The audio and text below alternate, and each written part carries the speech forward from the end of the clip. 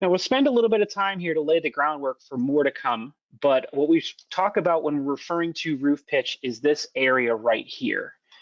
The incline angle of the roof, or how steep it is the roof pitch. And we do this by describing the rise over the run. The rise or vertical distance from the eave to the peak of that roof versus how wide that slope is if you're measuring it on the ground.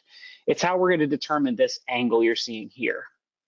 Now, I'll do just a couple examples here, and to do that, we'll use this 12 squares tall by 12 squares wide grid. Each square is equally as high as it is wide, and you could measure it in feet or inches, but just make sure it's the same, inches to inches or feet to feet. Now, here's a couple ways that pitch or slope might be referred to. Now, first is a 4/12, which describes this. We've got 4 squares of rise for 12 squares of run.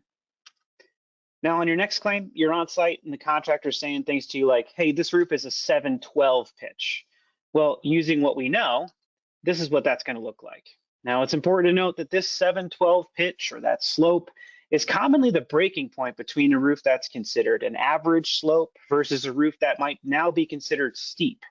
This is really referring to the contractor, or you as the adjuster, your ability to walk and or work on it.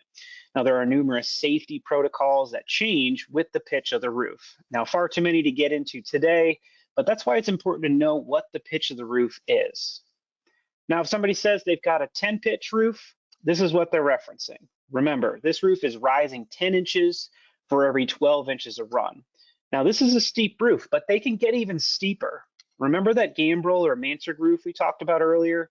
They often have a 20-inch of rise for every 12 inches of run, or a 20/12 roof pitch.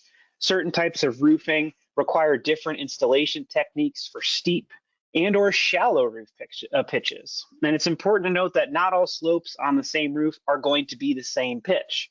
So try to measure as many as you can. This roof alone likely has 5 to 6 different roof pitches represented just in this one picture.